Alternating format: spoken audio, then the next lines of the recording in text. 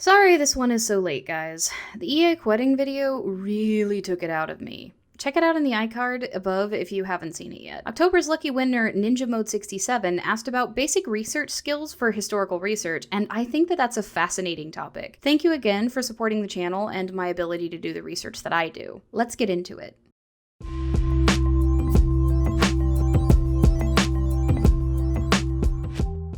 Kairete! Although late, this is a Patreon bonus video, meaning that my patrons had access to it for around a week before I released it here on my channel. Any patron $10 and up gets a chance at the monthly patron drawing as long as they contribute at least twice a month. This one is for all of you that support my channel. If you'd like to help out, link is in the description below to Patreon as well as to Ko-Fi if you want to give a one-time donation. It covers the expensive materials I don't get access to because I don't have access to a college library, as well as my monthly expenses for things like my stock footage database, editing software, and the pro version of JSTOR because there are many papers on the pro version that you can't get access to with the free one. This video is mainly going to focus on historical research, but my good friend Nervardia did a much more extensive video on scientific research that you can check out in the iCard above if you'd like a more thorough breakdown, because the two research styles are vastly different. So when you're getting started on a historical research project, the first thing you need to do is narrow down your question to something specific that you can find materials on. How pagans offer, quote unquote, is a way broader topic than how did the ancient Greeks pray during offerings in the classical era, which itself is harder to research than how did the ancient Athenians pray during offerings in the classical era. Narrowing down a topic does require a little bit of foreknowledge on the broader topic. In the example that I just gave, I had to know that the ancient Greeks were divided into city-states and that Attica functioned differently than Sparta and Boeotia.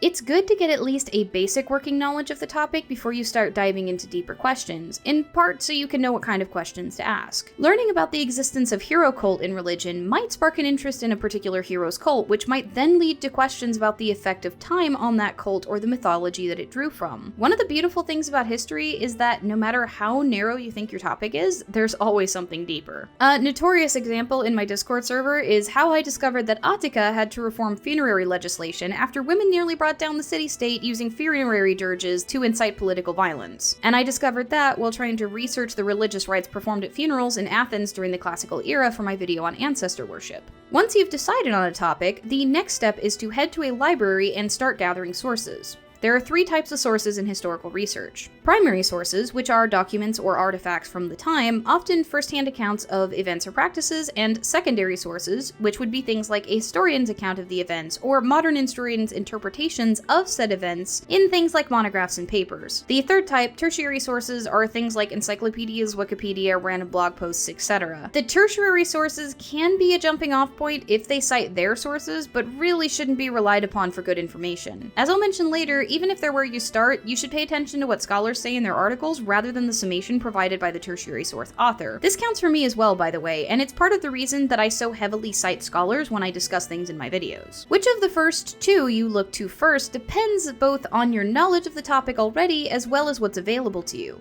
For example, when I was researching afterlife beliefs, I looked first to secondary sources, then checked the primary sources that they referenced and dug deeper into the context surrounding them. I especially focused on, quote, reading Greek Death by Christian Servanu Inwood regarding Homer's beliefs in that video, then dug into several of the primary sources she referenced for her arguments to get a better understanding of the context. A mild working knowledge of Homeric Greek also helped a lot there, but wasn't completely required for the research process. Also, apologies if you all can hear my neighbor who just decided to start weed whacking right when I started recording. I cannot catch a freaking break. I've been trying to record this video for a week. I'm gonna try to remove it in post, so I hope you can't hear it, but it's loud as hell to me. Returning back to the video, when you're looking at secondary sources, it's important to pay attention to the journal that a paper is published in or the publisher that put out a book. Oxford Press or another well-regarded college press will likely be more reliable than a typical Barnes & Noble press like Hachette or Random House. Looking up at the impact factor of a journal for papers can also be particularly useful. Impact factor is basically a measure of how heavily that journal influences the field it's in. The smaller the impact factor, the less credible the journal. This doesn't mean that smaller impact factor journals are automatically trash, but it does mean that it might be worthwhile to look into other papers cited by the author in a low impact factor journal, or other clues to give you an idea of how useful that paper might be. Checking the author's credentials is also important. A neurophysicist with no background in history will be a lot less credible than an Oxford Fellow in Greek history if you're trying to research Athenian religion. It's good to check out what other works the author has published and where as well to give you an idea of the influence they have on the field. Also, when digging into secondary sources, paying attention to the footnotes and sourcing citations can be really helpful. Often, you can find other authors that have covered similar topics that might have more to say on the specific question you're researching. Though it's important when doing this to pay attention to why they were cited. Someone who the author is refuting, especially if it's a newer author going after an older scholar, might be less useful than someone who is adding to the argument. I've gotten my hands on a number of books because I saw them cited again and again referenced to specific topics, which showed me that they were clearly influential in that area. Reading Greek culture was actually one of those books. One final point on sourcing. It's better to pay attention to sources within the past 30 years, as the quality and standards of historical scholarship has changed quite a bit over the decades, and many works older than that have more modern work reconsidering early conclusions. For example, a lot of Hellenic scholars in the 50s saw Platonism as, quote, elevated polytheism and, quote, an attempt to reach the conclusion that the one true God exists by pagans that barely missed the mark. I'm actually quoting a paper by a scholar from 1958 there. Yeah. This is part of why it's also important to get a wide range of secondary and primary sources, if they're available, on your topic and topics related to it. When I did my video on Euthyphro, I dug into Athenian law a bit to understand the portion where Socrates and Euthyphro argue about the hosios, or piety, surrounding his decision to prosecute his father regarding the death of a day laborer in his care. It wasn't as simple as Euthyphro made it out to be, and neither were the religious implications, which showed how Platon set up Euthyphro to fail in the dialogue. Discovering through my study of ancient Greek dialects that Euthyphro's name was also a pun contributed to my understanding as well. You'd often be surprised by how many bits can go into the study of a text, let alone a wider concept like what is Greek piety. Alright, so now you've got some sources. Now what? I've got a link in the description below to a guide that I found online from a college website on historical research that goes a bit more in depth, but reading historical literature is much different than reading for pleasure. It's good first to go through the titling and description of the contents before digging into the main book, as well as reading the foreword and the epilogue to give yourself an idea of the structure of the arguments made. Most historical monographs or collections have a specific theme or argument that they're making. The argument of Reading Greek Culture by Servanu Inwood is that Greek scholarship gets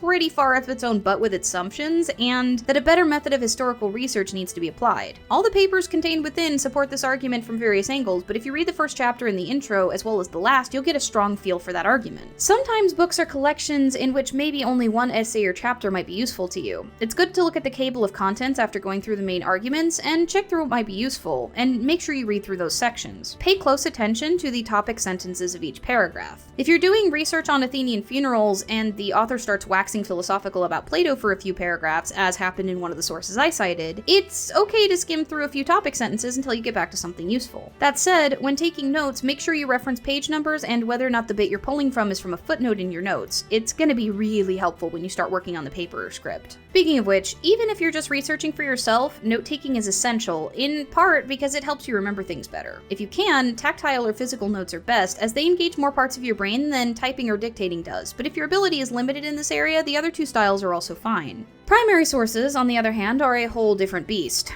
The website that I referenced earlier uses the acronym PAPER, which I think is a really good one, for how to go about systematically analyzing primary sources for research purposes. The first is purpose. What is the purpose of the document? Who wrote it, and what was their place in society? What was at stake for them? Can you identify the author's thesis, or in the case of mythology, the primary themes of the work? The second is argument. How does the piece go about making its case? What's the strategy and how is it carried out? Who was, as Umberto Eco would put it, the ideal reader? What concerns are not explicitly stated that are being responded to?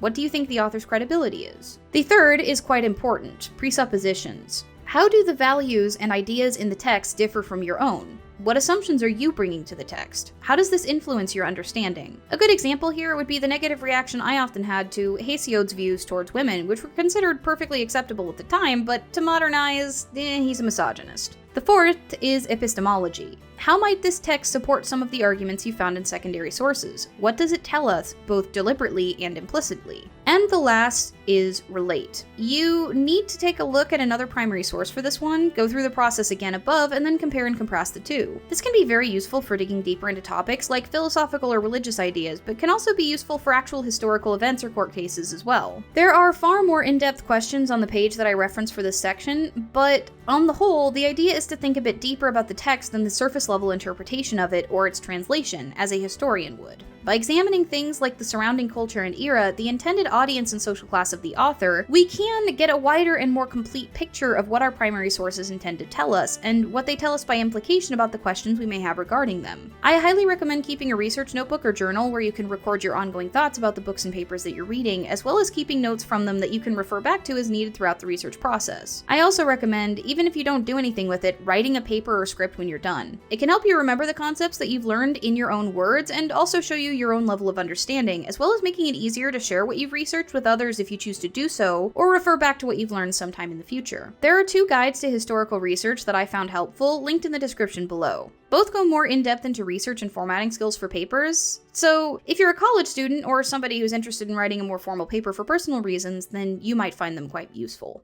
Thank you all for sticking through that. If you're new here and you found anything that I said useful, research the subscribe button and make sure the like knows that it's ahistorical. Drop down into the comments and let me know about your own experience researching things. Or just tell me that I don't actually know what research is because the Holy Spirit isn't guiding me if that's your speed. Special thanks to GaelicNox for the channel art. As always, link in the description below to their website and Twitter. And special thanks again to my patrons. This video was done specifically for you, and I hope that you found kind of getting a look into my process has been useful in any way for you. I hope that the cycle of reciprocity between us ever remains positive. And remember, we're stronger together.